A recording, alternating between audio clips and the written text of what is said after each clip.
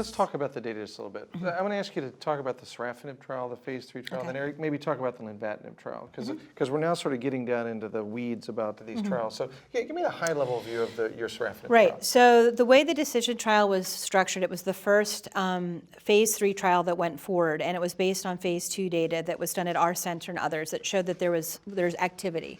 So now we have to have a trial where we have a placebo-controlled trial. The trial actually, because Sorafenib was available and people would get it off-label, it was impossible to do an overall survival as a primary endpoint because people were going to get the drug one way or the other.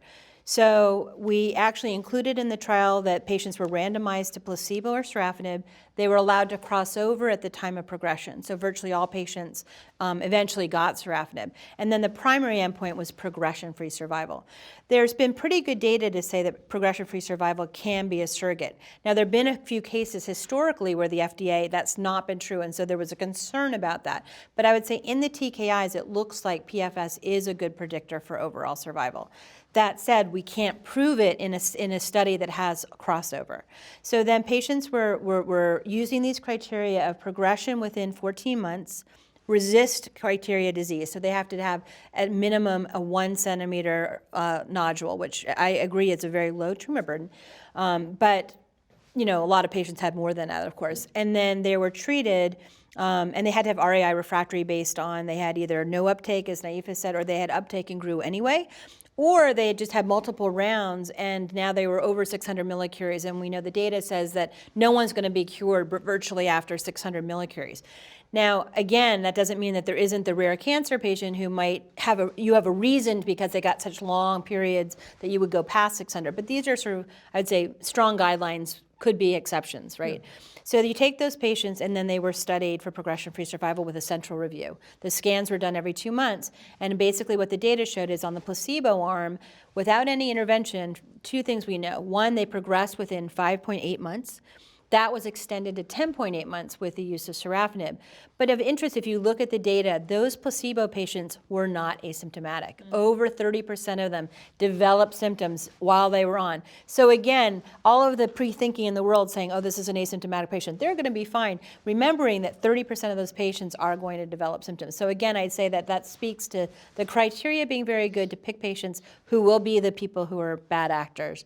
And then the effect of Sorafenib was positive trial with extension of the progression-free survival from 5.8 months to 10.8 months. The only caveat that's off, kind of off the actual design of the study is the fact that in reality, when patients progress, they may not, if they progress 20%, so say they had a 40% response and then they grow back 20%, their volume of disease is still less than when they started. And if it's one nodule that's grown or one new nodule that you can either observe because it's not in a bad spot, or maybe it's in a place where you could do surgery or or external beam. Oh, they have a new bone met. Now we can irradiate it. But all of the rest of their disease, their 100 other little spots are fine. In practice, we will continue to treat those patients. Right. And in fact, that was allowed in the study. It was at the time of progression, patients, based on clinical decision, the doctor was allowed to continue to treat. So that was part of the design, which I think was nice because it really is realistic with what we actually do in So clinic. Frank, there definitely is a benefit, I think. I mean, we've heard the progression-free survival. Give me the other side of the story. You've written about the side effects on Sorafenib and these drugs. What's the reality of that side of the coin? Right. So these drugs aren't benign, and I think we have to take that into consideration. So nothing is ever perfect. I do agree with Marcia, and we do have a tendency to want to start treatment sooner than later because once you get symptoms, it gets harder to treat, and oftentimes the symptoms don't reverse. They can, but they don't. So when you treat these patients, you have to watch for various things. Hypertension is a big issue, and part of the workup too we need to bring up is that I get head CTs on all these patients prior to starting therapy.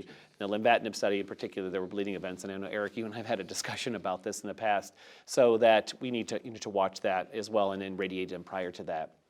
With Sorafenib, the hand-foot syndrome can be pretty substantial. Now, I know Marcia and I share a similar philosophy in that I don't necessarily, will back down. When we hold the drug, allow them to go ahead and recover, and we treat them with IV fluids. If they're dehydrated, we give them non-steroidals, catalytic agents such as urea. or salicylic acid and various creams and hand lotions. And then once they've recovered, we start them back. And we find that we don't really see the side effects kind of recurring. We just keep, plowing ahead. See, because I'm afraid to completely, drop the dose or decrease the dose because I don't think they're going to get the same benefit. So we take that all in consideration. And then we have them come back regularly. So when we start these patients on therapy, it's not just like, here's 30-day supply like you do for a lot of other, medications. It's like, you see them back weekly. Here's my nurse practitioner's number. It's like, here's an appointment to the infusion room in case you're dehydrated. That's the key. That is really the key. So the side effect profile can be very manageable, but you have to be proactive, right? So talk a little bit about the proactive. You guys had to build an infrastructure to make this happen with nurses and nurse oncologists that I think you guys take for granted because you have that as part of the system. In your endocrine clinic, how did you make this happen? Yeah, so we basically wanted all of us, from a quality improvement standpoint, for doing the right thing for patient safety, we wanted standards so that we're all managing these adverse events early, being proactive about it, and looking and remembering to look for it. So we used various triggers. So we made a list of the most common and less common adverse events that you want to specifically ask the patient about, and made a chart, an adverse event chart for that. Similar to what one would do in a clinical trial, but in a manageable way for everyday questions. And the nurse would go in there and ask the patient. They would have, when the patient's initially starting, the nurse actually makes phone calls to the patient to check how they're doing, what's the blood pressure log, how's the hand-foot, because just as Frank mentioned, the earlier on you get in this on the game, the better the patient's going to be able to tolerate the therapy, right? And then hopefully have the longer progression-free survivals. And then we distributed that. And everybody in their chart needed to have performance status, comorbidities, adverse events listed, and then in their final plan say why are they choosing this therapy versus another or a clinical trial. And then that way, and we went back and did a quality improvement and looked at all the charts to be sure that we are doing these things, because this does have a lot of implications for patient safety. And it works very well. It's now become our standard of care. There's a skill to do these.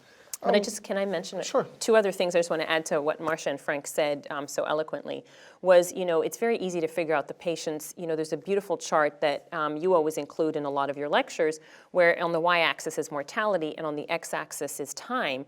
And if there's a different cohorts of patients with this metastatic refractory thyroid cancer, right? It's very easy to figure out the patients who have that acute curve in the line where their mortality is high in a short period of time versus those that have the metastatic disease and have that long time with low mortality. And so these are patients that don't need the systemic therapy, whereas these do. And it's what do we do with these patients in between, taking all the guidelines that you just stated in terms of figuring out when to treat them, but remembering to do that cross-sectional imaging, remember to doing it early and start doing it more often. If it's somebody that's even growing by millimeters, it's easy to have them come back in 3 months and look, or 2 months if you're worried about them, rather than just the once a year or twice a year. So just remembering that trajectory of disease, and there's a different numbers of patients. And the other thing was on the Sorafenib trial, you all looked, or I think Schlumberger looked at a cohort of the patients if they have smaller burden of disease and their target lesions were less than 15 millimeters in total, those patients maybe didn't benefit from that systemic therapy, right? And so it's not a one-size-fits-all. It is time to progression, burden of disease, symptoms. And when you come to symptoms, physicians don't do a very good job at figuring out if patients are symptomatic or not. When you look at the cohort, I'll give you the data from that. So it definitely turns out that the cutoff seemed to be, and this is a post hoc analysis, wasn't pre-planned, but it did seem that if you took people who the largest lesion was under 1.5 centimeters, they didn't get a benefit. So again, the same way I use that 600 millicurie cutoff where I won't in general treat people beyond that, but there are exceptions. For the most part, if it's their biggest lesion is less than 1.5, now the exception is the miliary patient who doesn't have a single nodule over 3 millimeters, but they have symptoms or they just have a large burden of disease. The other interesting subset, we did do the symptoms. We did symptomatic versus non-symptomatic, and both groups had a benefit. So symptoms really, in my opinion, should not be used as a criteria. Of course, if they're symptomatic, you're going to treat, but the lack of symptoms should not be used as a criteria to not treat. So, Eric,